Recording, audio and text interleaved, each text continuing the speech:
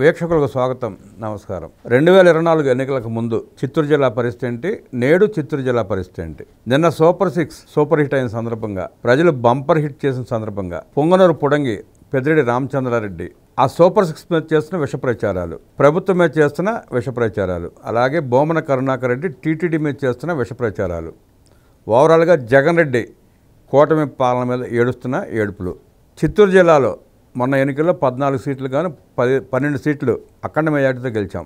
చంద్రబాబు నాయుడు గారి సొంత జిల్లా పొంగనూరు వాసి, రాష్ట్ర ఎస్సీసెల్ ప్రధాన కార్యదర్శి ముల్లంగి వెంకటరమణ గారు మనతో ఉన్నారు. నాడు చిత్తూరు జిల్లా ఎలా ఉంది, నేడు చిత్తూరు జిల్లా ఎలా ఉంది, అదే చిత్తూరు జిల్లాలో మామిడి రైతుల పరిస్థితి ఎలా ఉంది, చంద్రబాబు నాయుడు గారు ముఖ్యమంత్రి అయిన తర్వాత చిత్తూరు జిల్లాకి ఏం చేశారు, ఏం కార్యక్రమాలు జరిగినాయి, సంక్షేమ కార్యక్రమాలు ఎలా జరుగుతూ ఉన్నాయి, అభివృద్ధి కార్యక్రమాలు ఎలా జరుగుతూ ఉన్నాయి, వస్తున్న పరిశ్రమలు ఏంటి, పూర్తిగా విశ్లేషించడానికి మనతో ఉన్నారు ముల్లంగి వెంకటరమణ గారు. వారిని అడిగి మరిన్ని విశేషాలు తెలుసుకునే ప్రయత్నం చేద్దాం. నమస్తే సార్. నమస్తే అండి. చిత్తూరు జిల్లా ముఖ చిత్రం నాడు ఎలా ఉంది, నేడు ఎలా ఉంది? నాడు నెంబర్ 2గా ఉన్న పెద్దిరెడ్డి రామచంద్రారెడ్డి హయాంలో దోపిడీలు, దుర్మార్గాలు, కబ్జాలు. నేడు ఆ జిల్లా పరిస్థితి ఏంటి? చంద్రబాబు నాయుడు గారు ముఖ్యమంత్రి అయిన తర్వాత, 4వసారి ముఖ్యమంత్రి అయిన తర్వాత ఆ జిల్లా రూపురేఖలు మారుతున్నాయని చెప్పి వార్తలు వస్తూ ఉన్నాయి. మీరు ఎట్లా విశ్లేషిస్తారు? చంద్రబాబు నాయుడు గారు ఎన్నికల్లో ప్రచారంలో భాగంగా మేనిఫెస్టోలో సూపర్ 6 పథకాలు ప్రవేశపెట్టాడు. అవి అంచెలంచెలుగా ఇప్పుడు పూర్తి స్థాయిలో కంప్లీట్ చేసేసాడు. ఈ వైసీపీలో ఉన్నటువంటి వాళ్ళు విషప్రయాసాలు చేస్తున్నారు. మీరు అడిగారు, అది వాస్తవమే. మా ఎమ్మెల్యే గారు కూడా నియోజకవర్గంలో విషప్రచారం చేస్తూ బాబు షూరిటీ మోసం గ్యారంటీ అనేది వాళ్ళ కార్యకర్తలందరినీ పిలిపించి పల్లెకు తిప్పుదామనే ఆలోచనతో ఒకరోజు తిప్పారు. తిప్పిన వెంటనే ఆ గ్రామాల్లో ఉన్నటువంటి మహిళలైతేనేమి, రైతులైతేనేమి వాళ్ళను తిట్టకుండా వాళ్ళ కుటుంబ సభ్యులే వాళ్ళని విమర్శిస్తూ మీకేం పని పాఠాలు లేదా, మీరు ఎందుకు ఈ విధంగా వెళ్తున్నారు అన్నారు. నేను సవాల్ చేస్తున్నా, వైసీపీలో పొంగనూరు నియోజకవర్గంలో ఎమ్మెల్యే గారికి, ఇంకా ఓడిపోయిన ఎమ్మెల్యేలకి విషప్రచారం చేసేటువంటి వైసీపీ కార్యకర్తలకు కూడా, నాయకులు కూడా చెప్తున్నా, రాష్ట్ర స్థాయి నాయకులు కూడా, నెంబర్ 1, ఈ భూలోకంలో సూర్యుడు చంద్రుడు మబ్బుల్లో కనపడకుండా పోవచ్చు. మన నారా చంద్రబాబు నాయుడు గారు ప్రవేశపెట్టినటువంటి సూపర్ 6లో ఉన్నటువంటి 2 పథకాలు, నెంబర్ 1 బస్సులో ఉచిత ప్రయాణం స్త్రీలకు కల్పించాడు. 24 గంటలు ఏ స్త్రీ బస్సులో ప్రయాణం చేయలేదు చెప్పండి సార్ మీరు? 24 గంటలు గ్యాస్, 3 సిలిండర్లు ఉచిత గ్యాస్ 24 గంటలు పోతా ఉందా లేదండి? పోలేదని మీరెవరైనా వైసీపీ ఎమ్మెల్యే అయితేనేమి, అతని అనుచరులు అయితేనేమి, మీరు అడిగారు పొంగనూరు కాబట్టి చెప్తున్నా, మీరెవరైనా ఏ ఆర్టీసీ బస్ స్టాండ్ కన్నా మీరు వెళ్దాం, ఏ బస్సులో మీ యొక్క కుటుంబ సభ్యుల్ని తోడుకోరండి, అందులో ఏమైనా ప్రయాణం లేదంటే అది మోసం గ్యారంటీ అని ఒకటి చెప్దాం. ఓకేనా? ఒప్పుకుంటారా? వస్తారా? ఏ ఊరు డిపోకి వస్తారు? పొంగనూరులోనే ఒక ఆర్టీసీ డిపో ఉంది, అక్కడికి పోదామా? ఆయన నివసించేటువంటి తిరుపతిలో 2-3 డిపోలు ఉన్నాయి, అక్కడికి పోదామా? ఎక్కడికైనా పోదామా? మీ కార్యకర్తలు ఉన్నారు, వాళ్ళందరినీ తోడుకోరండి, వాళ్ళ కుటుంబ సభ్యులు కూడా తోడుకోరండి. ఆ బస్సులో కానీ ప్రయాణం లేదంటే ఓకే చెప్దాం. ఇక్కడ ఈ దేశంలో 24 గంటలు చంద్రబాబు నాయుడు చేసిందే సూపర్ 6 పథకాల్లో ఈ 2 పథకాలు 24 అవర్స్ పోతూ ఉన్నాయా లేదనేది మీరే చెప్పాలి. తల్లికి వందనం కూడా అలాగే మంచి కార్యక్రమం, అది మళ్ళీ జరుగుతా. తల్లికి వందనం అనేది సంవత్సరానికి ఒక్కసారి వేస్తూ ఉండొచ్చు. 24 గంటలన్నా 24 అవర్స్ సూర్య చంద్రులైనా కనపడకుండా పోవచ్చు. కానీ ఈ పథకము 24 గంటలు ప్రజలు బస్సులో ప్రయాణం చేస్తున్నారు, గ్యాస్ మన్నించుకుంటా ఉన్నారు. ఓకేనా సార్? తర్వాత చంద్రబాబు నాయుడు గారు సొంత నియోజకవర్గం, పోటీ చేసినటువంటి నియోజకవర్గం కుప్పం. ఇంతకుముందు మన జలగం రెడ్డి పోయినాడు, నేను హంద్రీనీవా కాలువలో ప్రవహిస్తేస్తాను, దాంట్లో ఈత కొడతాను అని పోయినాడు. అక్కడ నీళ్ళ ట్యాంకర్లు తెచ్చి మోటార్లు, అక్కడ ఉన్నటువంటి నీళ్ళ ట్యాంకర్లో నీళ్లు పోకపోతే కూడా ఒక తావున గొంతులోడి ఆ నీళ్లు వదిలినారు. ఆయన వచ్చే కిందకి నీళ్ళే ఆవిరైపోయినాయి. ఆయన వచ్చాడు, హెలికాప్టర్లో దిగినాడు, ఆయన వచ్చిన హెలికాప్టర్ నుండి ఆవిరైపోయినాయో, గాలికి ఆవిరైపోయినాయో, లేకపోతే భూమి విడిచేసిందో ట్యాంకర్లు వరుసలు పెట్టారు. ఆయన పోయిన వెంటనే ఈ ట్యాంకర్ల వాళ్ళు వచ్చి మాకు డబ్బు, ఈ ట్యాంకర్లు నీళ్ళకి డబ్బే లేదని అడిగారు. వీళ్ళు ఫలాన్ని చిత్తగించేశారు. సార్ ఆ రోజు ప్రారంభోత్సవం రోజున గేట్ ఒకటి అద్దె తీసుకొచ్చి పెట్టారు, ఆయన ఎలాగైనా గేట్ ఎత్తుకుపోయారని చెప్పి వార్తలు కూడా వచ్చినాయి. అవన్నీ డూప్ అనేది, అబద్ధాల ప్రచారము, విష ప్రచారం అనేది ఈ దేశంలో ఈ వైసీపీతోనే స్టార్ట్ అయింది సార్. ఇప్పుడు నేను అడుగుతున్నాను కదా, సవాల్ విసురుతున్నా కదా, మీరెవరో ఈ పథకం, ఈ 6 పథకాలు లేదని చెప్పండి. మీ కుటుంబాల్లో రైతు భరోసాని మీరు పెట్టారు, డబ్బులు వ్యవసాయ పరికరాలు కొనుక్కునేదానికి, వ్యవసాయానికి పెట్టుబడి, మీ అకౌంట్లో డబ్బు పడలేదని అడుగుతున్నా. రండి, మీ అకౌంట్ పుస్తకాలు ఎత్తుకోరండి, బ్యాంకుకి పోదాం. రండి, మీ ఇంట్లో కుటుంబ సభ్యులు తోడుకోరండి, బస్సు ఎక్కండి, బస్సులో ప్రయాణం నిలుపుతారేమో అడుగుదాం. మీ కుటుంబ సభ్యుల్లో గ్యాస్, మీ ఇంట్లో గ్యాస్ వెలిగించండి, ఆ గ్యాస్ వెలగలేదంటే మనం మాట్లాడదాం. ఈ విష ప్రచారం మీరు చెప్తా ఉంటే కూడా ప్రజలు అసహించుకుంటూ ఉన్నారు సార్. ఈ అసహించుకుంటూ ఉంటే తిరగలేకుండా పోతాను. ఏదో ఒకటి మాట్లాడాలని అబద్ధ ప్రచారం స్టార్ట్ చేసినారు తప్ప ఇది కాదనేది ప్రజలకు తెలుసు, వాళ్ళు కూడా తెలుసు సార్. సార్ రమణ గారు, వాళ్ళు ఆ గాలి మాటల మీదే, గాలి రాజకీయాల మీదే ఇప్పుడు దాకా బతుకుతూ వచ్చారు, గాలి వ్యవహారాలు చేసుకుంటూ వచ్చారు.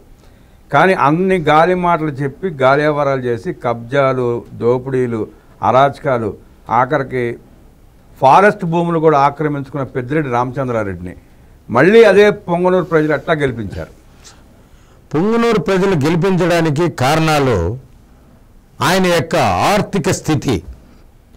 భారీగా కొన్ని వేల కోట్ల రూపాయలని ఆయన దగ్గర ఉన్నటువంటి కార్యకర్తలకు పోస్టులు ఇచ్చాడు. నియోజకవర్గంలో దాదాపు ఈ నామినేటెడ్ పోస్టులు భారీ సంఖ్యలో వాళ్ళకి అందరికి ఇచ్చారు. అక్కడ ఉంటే అడవి భూములు ఆయనే కాకుండా వాళ్ళ కార్యకర్తలకు కొన్ని వందల ఎకరాలు, వేల ఎకరాలు, ఒక్కో మనిషికి 20 ఎకరాల చొప్పున తక్కువ లేకుండా పంపిణీ చేశాడు. ఆర్థికంగా ఆయన ఉపాధి హామీ, ఆయన పంచాయతీరాజ్ శాఖ మంత్రిగా ఉండేటప్పుడు ఉపాధి హామీలో పనులు చేయకనే బిల్లులు పూర్తి స్థాయిలో వేసేశారు. ఒక్కొక్క వ్యక్తి, వాళ్ళ కార్యకర్తలు లక్షలు డబ్బులు సంపాదించుకున్నారు, ఎకరాలు భూములు తీసుకున్నారు, పదవులు తీసుకున్నారు.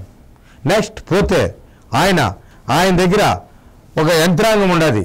ఆయన ప్రముఖంగా ఆయన వృత్తి కాంట్రాక్టరు. అతని దగ్గర దాదాపు ప్రత్యక్షంగా పరోక్షంగా వేల మందిలో పనిచేస్తారు. వాహనాలు, యంత్రాలు, దానికి ప్రత్యేకమైనటువంటి ఈ కార్మికులకు జీతాలు, ఇవన్నీ కూడా ఆయన ప్రతి నెల చెల్లించిందే కదా, ఈ ఈఎంఐలు కట్టాల్సిందే కదా. దాని ప్రకారము ఎక్కడ కూడా చుట్టుపక్కల నియోజకవర్గంలో పని లేకపోతే కూడా పని కల్పించుకొని అవసరం లేని తాను కూడా రోడ్లు వేసి టోటల్గా ఆయన యొక్క ఆర్థికంగా ఎదిగేదానికి కోసం డబ్బులు సంపాదించుకున్నారు. డబ్బులు వందల కోట్ల రూపాయలు ఓటుకు 3,000 రూపాయలు లెక్కన పంచినారు. వాళ్ళ కార్యకర్తలు కూడా స్ట్రాంగ్గా పనిచేసినారు. స్ట్రాంగ్గా పనిచేయడము, ఓటర్లు కూడా డబ్బు కాసిపడిపోవడము, ఓట్లు డబ్బు తీసుకొని వేసేయడము, ఇవన్నీ వేస్తే కూడా 6,000 ఓట్ల మెజార్టీ వచ్చింది. తంబలపల్లి అండి, తంబలపల్లి వాళ్ళ తమ్ముడు సేమ్ పరిస్థితి. అక్కడ కూడా అభ్యర్థిని మార్చడం వల్ల, రాత్రికే కొత్త అభ్యర్థిని ఇవ్వడం వల్ల అతనికి ఎవరు కార్యకర్తలు తెలీదు, లీడర్లు తెలీదు, ప్రజలతో సంబంధాలు లేవు, ఏమీ లేవు. అక్కడ ఉన్నటువంటి ద్వారకానాథ్ రెడ్డి గారు, రామచంద్రారెడ్డి తమ్ముడు గారు అక్కడ ఆర్థికంగా స్థితిమంతుడు. ఆయన ముందే అందరి కార్యకర్తల్ని, గ్రామాల్లో ఉండే వాళ్ళందరినీ, అన్ని రకాల వాళ్ళని అతను డబ్బులు కొనుగోలు చేసేసాడు. ఇతను ప్రచారం చేసుకునేదానికి టైం లేదు, డబ్బులు పంచడానికి ఇతని దగ్గర డబ్బులు లేవు. ఏదో మంచి వ్యక్తి కదా అని ఆయనకి ఎత్తుకొచ్చి ఇచ్చేసాడు టికెట్. ఆయన 100% పూర్తి స్థాయిలో డబ్బులు 3,000 రూపాయలు పంచుకొని సిద్ధంగా ఉండేటప్పుడు ఈయన పోయి నామినేషన్ వేశాడు. తిరిగేదానికి టైం లేదు, కార్యకర్తలతో కలిసేదానికి టైం లేదు, ఏమీ లేనప్పుడు ఎన్నికలు ఏ విధంగా జరుపుతాం చెప్పండి సార్. ఇక్కడ ఈ 2 నియోజకవర్గాల్లో ప్రతిసారి కొత్త అభ్యర్థులు నియమించేదాని వల్ల, అవగాహన లేకుండా ఉండేదాని వల్ల పూర్తి స్థాయిలో డబ్బు లేకుండా ఉండేదానివల్ల కొంతవరకు ఓటమి చెందాల్సి వచ్చింది. వాళ్ళకు దాదాపు 4 సార్లు పోటీ చేసి గెలుస్తూ ఉన్నారు కాబట్టి వాళ్ళ కుమారుడు ఎంపీ గారు తిరగకపోయినా మంత్రి గారు ప్రతి విలేజ్లోన అందరి కార్యకర్తలతో సంబంధం పెట్టుకున్నాడు. ప్రతి ఒక్కరిని పలకరించి వాళ్ళకంతా దోచిపెట్టిన దానివల్ల వాళ్ళు ఆయనకు భరోసా ఇచ్చి వెనకంటే ఓట్లు ఏపిచ్చినారు. అంటే డబ్బు రాజకీయం తప్ప ప్రజాభిమానం లేదంటారు. ప్రజాభిమానం లేదని చెప్పేసే కదా నీకు 40,000 ఓట్లు 6,000 ఓట్లకు వచ్చినాయి. డబ్బు తెలుగుదేశం పార్టీలో డబ్బు పంచలేదు. అయితే ప్రతి ఒక్క ఇన్ఛార్జి ఇక్కడ ఇచ్చినటువంటి క్యాండిడేట్ పల్లెల్లో తిరిగాడు, టైం చాలకుండా వచ్చింది, కొన్ని తావులు తిరగలేదు. తిరగకపోయినా కూడా సొంత మండలంలో రామచంద్రారెడ్డి సొంత మండలంలో ప్రతిసారి అభ్యర్థిని మార్చేదానివల్ల అక్కడ కొత్తగా వచ్చిన అభ్యర్థి అవగాహన లేకుండా పోవడం, కార్యకర్తలను కలుపుకోలేకుండా పోవడం వల్ల ఆ మండలంలో కూడా మా భారీ ఆధిక్యత వచ్చింది. ఆ మండలం తగ్గించేసి ఉంటే మిగిలిన మండలాలతో పోల్చుకొని డబ్బు ఆయన మాదిరి పంచుంటే మేము కూడా 20,000 ఓట్ల మెజారిటీతో గెలుచుంటాం. అది జరిగిన దానివల్ల అతను గెలుస్తూ వచ్చాడు. 14లో 12 వీళ్ళిద్దరే గెలిచారు, అన్నాదమ్ములు ఇద్దరే. ఎంపీకి బీజేపీకి ఇచ్చిన దానివల్ల అక్కడ ఓటర్స్ అందరూ ముస్లిమ్స్ చాలామంది బీజేపీకి అగైనెస్ట్గా వేసేదానివల్ల ఎంపీ గారు కూడా వాళ్ళ కుమారుడు గెలవాల్సి వచ్చింది సార్. ఆ విధంగా జరిగింది. నెక్స్ట్ పోతే 12 నియోజకవర్గాలు ఉన్నాయి.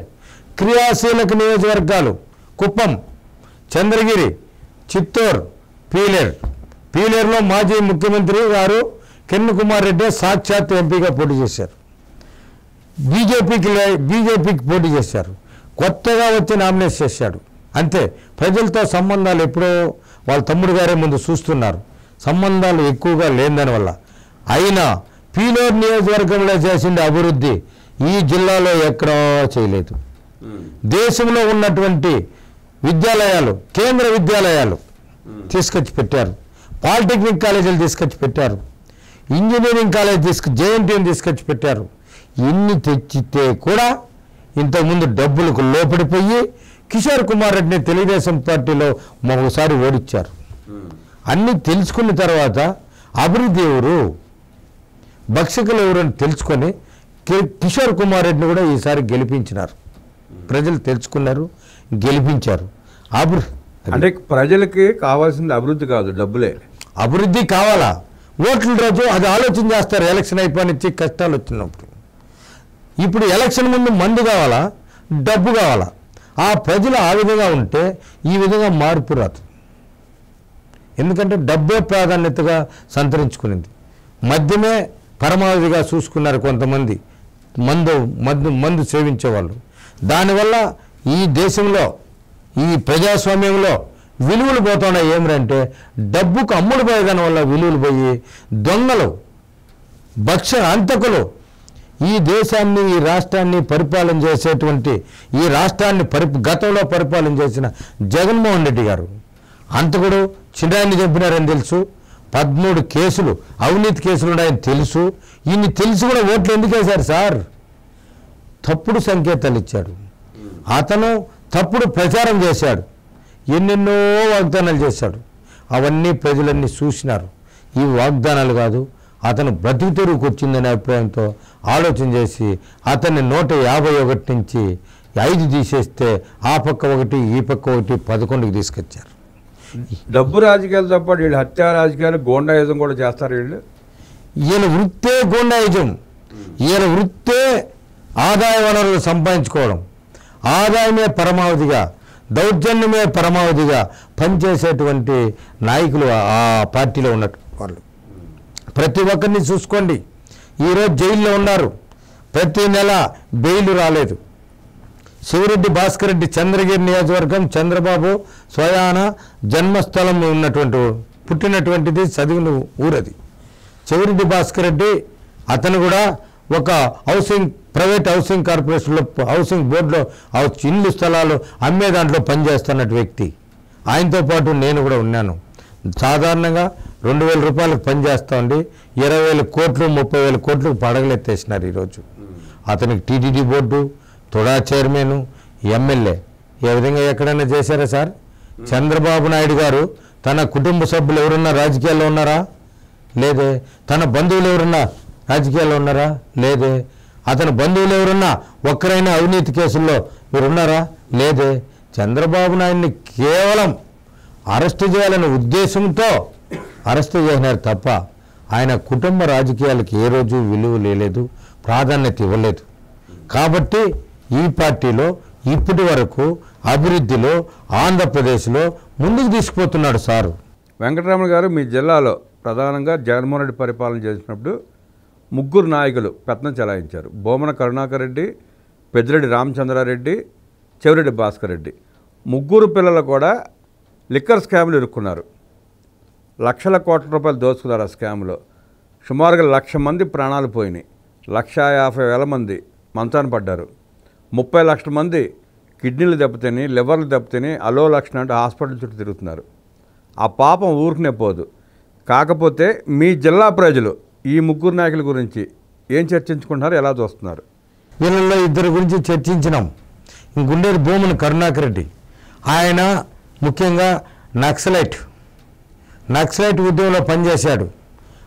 అక్కడి నుంచి వచ్చి జెరాక్స్ మిషన్ పెట్టుకున్నాడు. అక్కడి నుంచి ఎమ్మెల్యేగా గెలవక ముందు కరుణాకర్ రెడ్డి రాజశేఖర రెడ్డి తండ్రి అయినటువంటి రాజారెడ్డికి వెనకంటి ఉండి కడప నుండి వలసొచ్చి ఇక్కడ ఆయనతో పాటు చేరి ఈ అరాచకాలకు బీజం వేసి రాజశేఖర రెడ్డి ముఖ్యమంత్రి అయిన తర్వాత అతని నక్సలైట్లో భాగంగా వాళ్ళందరినీ నక్సలైట్లు పిలిపించి చర్చిల్లో భాగంగా ఇతను ఒక మెంబర్గా వేశారు. అక్కడ వేసిన దానివల్ల ఆయన్ను ఒక తుడా చైర్మన్ చేశారు. తుడా చైర్మన్ చేసి తర్వాత బోర్డు మెంబర్ ఇచ్చారు. తర్వాత టీటీడీ చైర్మన్ చేశారు. అవినీతికి బీజం అక్కడే పడింది. అవినీతికి కోరకపోయింది ఆ సంస్థలో. ఈ సంస్థ దేవస్థానం అంటే టీటీడీ దేవస్థానం ఈ ప్రపంచంలో ప్రసిద్ధి చెందింది. అతను బొట్టు కూడా పెట్టేవాడు కాదు. హిందుత్వం ఆయనకి లేదు.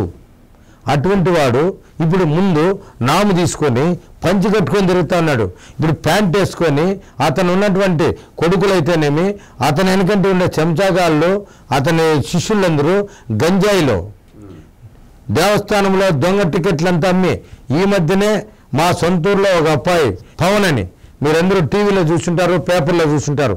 అతను కూడా గంజాయి అమ్మకాల్లో ఈ దొంగ టికెట్లలో పట్టుబడి అతని అనుచరులు ఈ స్కూటర్ల దొంగతనాలు, స్కూటర్లు కుదవబెట్టేటన్నిటికీ పెట్టుకొని ఈ కరుణాకర్ రెడ్డి వెనకంటే ఉండే టీం ఇదే పనిచేసేది. వీళ్ళందరూ చెట్టుని చూసి కాయలు అమ్మినారు. జగన్మోహన్ రెడ్డి చూసి ఇవన్నీ చేసినారు. జగన్మోహన్ రెడ్డి దగ్గర ఒక ఎమ్మెల్యే పదవి రావాలన్నా, ఒక నామినేటెడ్ పదవి రావాలన్నా ఆయన దగ్గర అంతకుల లిస్టు ఒకటి తీస్తాడు. పోలీస్ స్టేషన్లో లిస్టులు తయారు చేసుకుంటాడు. అంతా ఎవడు కొట్టినాడు, ఎన్ని కేసులు ఉన్నాయి, ఎవడు చంపినాడు, ఎన్ని డొమ్మి, ఇది వాళ్ళ ప్రాధాన్యత క్వాలిఫికేషన్.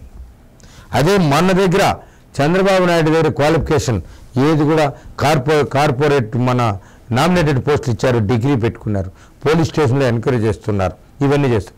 వాళ్ళు ఎంక్వైరీ చేస్తారు. ఎవడోడు ఈ పోలీస్ స్టేషన్లో ఎక్కువ కేసుల్లో గంజాయి అమ్మి, ఈ మద్యం అమ్మి, ఈ బ్యాంకులు కొట్టి, ఇళ్ళు కొట్టి, గొంతుల మీద కత్తులేసి నరికిండే లిస్టులు తీసుకొని వాళ్ళకు పదవులు వచ్చిన దానివల్ల 11 వచ్చాయి. అంటే వాళ్ళ దుర్మార్గం అంతా వాళ్ళ అధికారంలో ఉన్నప్పుడు వాళ్ళ అధికారాన్ని అడ్డం పెట్టుకుని దుర్మార్గాలు దోపిడీలు చేసిన వాళ్ళనే పోగేసుకుని పక్కన పెట్టుకున్నారు. అవును, వాళ్ళే ప్రజలు కూడా ఆదరించారు. ఆ టైం అదే ఆలోచన చేశారు. అంటే అది హీరోజం అనుకుంటున్నారు ప్రజలు, లేదంటే వాళ్ళ చేతకాందని అనుకుంటున్నారా? ప్రజలు బాగా తెలివంతులు, డబ్బులు ఇరువైపులా తీసుకుంటున్నారు. ఓట్లు ఎవరికి వేయాలా? వీళ్ళ అరాచకాలు పూర్తి స్థాయిలో గొంతుల మీద కత్తులు పెట్టి ఇంక చంపేస్తారనే అభిప్రాయంతో ఆలోచనకు వచ్చి పూర్తిగా ఒడిసి ఖాళీ చేశారు. అంటే వెంకటరమణ గారు, ఇక్కడ మనం ఒకటి చూస్తే చిన్న చిన్న దొంగతనాలు చేసామని చూస్తేనే భయపడతారు ప్రజలు. ఇంటి వైపు వస్తా అంటే పారిపోతారు, ఇళ్ళలో తలుపులు వేసుకుంటారు.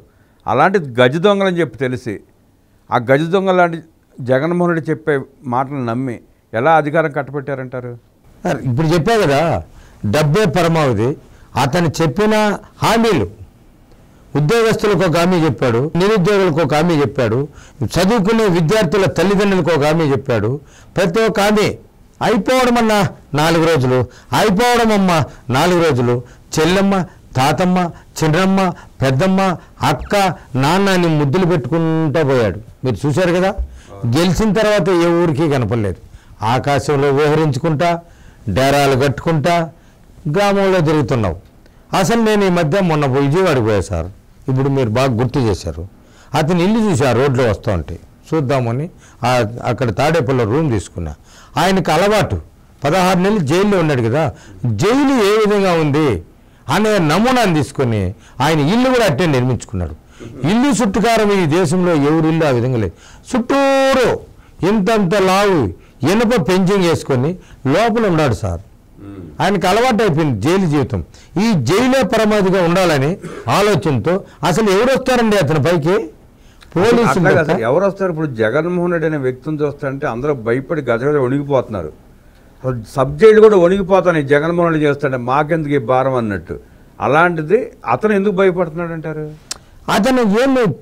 అతను నిరంతరము అతను చేసిందే తప్పులు. నిరంతరం తప్పులు అంటే మనకు తెలిసి మన రాష్ట్రాన్ని లూటీ చేసుకోవటం, ఇందాక చెప్పుకున్నట్టు 1,00,000 మంది ప్రాణాలు తీయటం, జనాలు ఉసురు తీయటం, కబ్జాలు, ఇలాంటివి. వీటి వల్ల అతనికి హాని లేదు, అయితే తీసుక సబ్జెక్టులు వేస్తారు. ఇవి కాకుండా ఎంతకంటే దారుణమైనవి నేరాలు ఘోరాలు చేసి ఉండి ఉండొచ్చు అంటారా? ఎందుకంటే సొంత చిన్నాన్ని చంపినాడు, చెల్లిని ధర్మేశాడు, తల్లిని ధర్మేశాడు. ఇంకా అతన్ని చంపాలంటే, అతని మీద ఏదైనా హాని చేయాలంటే అతనే కుటుంబ సభ్యులకు హాని చేస్తూ ఉంటే అతను చేయాలంటే అతని కుటుంబ సభ్యులే చేయాలి. కాబట్టి ఎవరెవరు ఏదో చేస్తారని అంత పకడ్బందీగా ఇంటి చుట్టుకారం పెంచింగ్ చేసుకుని ఉన్నాడు. అంత భయం ఉన్నాడు, ఇన్ని అరాచకాలు చేయటం ఎందుకు? అరాచక పేపర్. ఇప్పుడు తేలు ఉంది సార్, తేలు ఏం పని చేస్తుంది? వెంకటేశ్వర స్వామి పూజారి అయితే నేనంటే ఒప్పుకుంటుందా? రాష్ట్రపతి అయితే ఒప్పుకుంటుందా? దాని పని ఏమి కుట్టేది, ఇతని పని ఏమి మోసం. తేలు అంటే జగన్ రెడ్డి అంటారు అంతే. చిన్నాన్ని చంపి చెల్లిని తల్లిని చంపినట్టు ఈ భూభాగంలో ఎవరున్నా ఉన్నారంటే మీరే. ఇంకా అతను నిరంతరము ఇలానే బతకాలి సార్.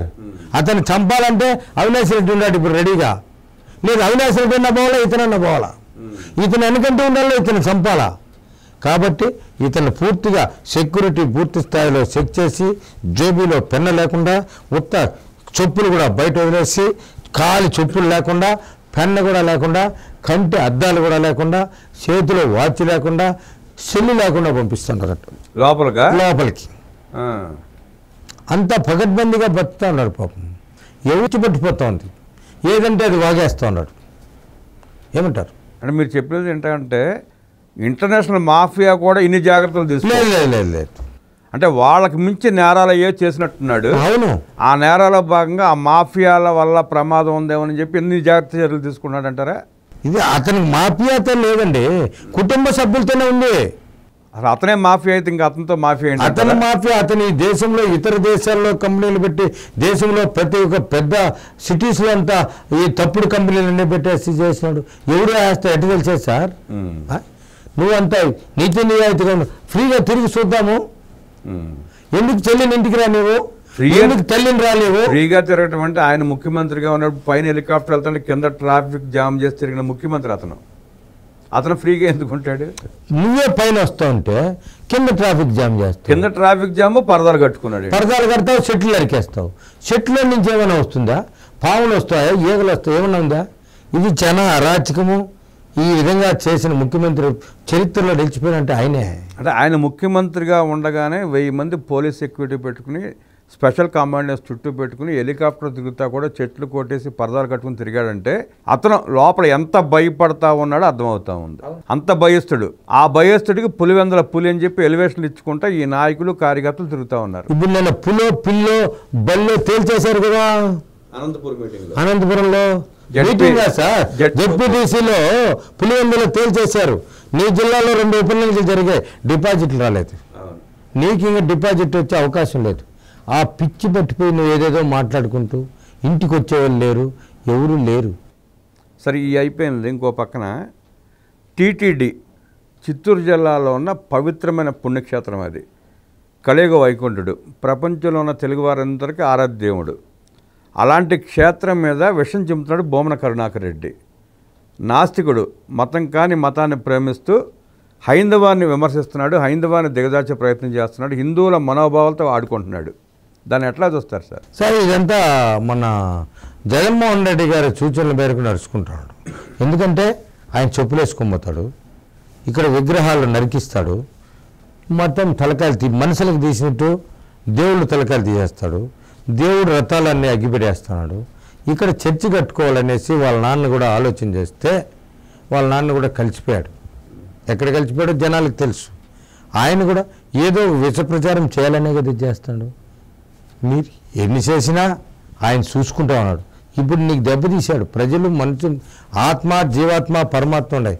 జీవాత్మ పరమాత్మ పోయి జీవాత్మలో చేసిన వాళ్ళనే ఓట్లు అట్టుపోయాయి. ఇంకేమవుతాడో వాళ్ళే చూసుకుంటారు. ఇంకా దాని గురించి మనం చెప్పాల్సిన పని లేదు. ఆఖరి ప్రశ్న సార్, మాజీ ఎంపీ స్వర్గీయ శివప్రసాద్ గారికి సోదరులు మీరు. శివప్రసాద్ గారు ఆరంగట్టడం చేపిస్తేనే సినిమాలోకి అడుగుపెట్టింది ఆమె. ఒక రకంగా ఆయన అండతోనే రాజకీయాల్లో కూడా వచ్చింది. ఆయన అండతో రాజకీయాల్లోకి వచ్చి చంద్రబాబు నాయుడు గారి దగ్గర రాజకీయాలు నేర్చుకుని ఆమె మాట్లాడిన ప్రతి సందర్భంలో పేరు పెట్టి చంద్రబాబు అంటది, లోకేష్ అంటది, జగన్మోహన్ రెడ్డి గారు అంటది. ఆమె వ్యవహార శైలిని మీకు బాగా తెలిసి ఉంటుంది. ఆమె చిన్నప్పటి నుంచి చూసే ఉంటారు. మీ అన్నయ్య గారి దగ్గరికి వస్తా పోతా రాజకీయాలు నేర్చుకున్న వ్యక్తి. ఇప్పుడు ఆమె మాట్లాడిన తీరుని, ఆమె వ్యవహార శైలిని ఎట్లా చూస్తారు సార్? ఆమె తెలుగుదేశంలో ఉండేటప్పుడు రాష్ట్ర మహిళా అధ్యక్షురాలుగా ఆమెకి ఇచ్చారు సారు. అప్పుడు ఆమె రాజశేఖర రెడ్డిని పంచి ఏడు తీసుకొడతాననింది.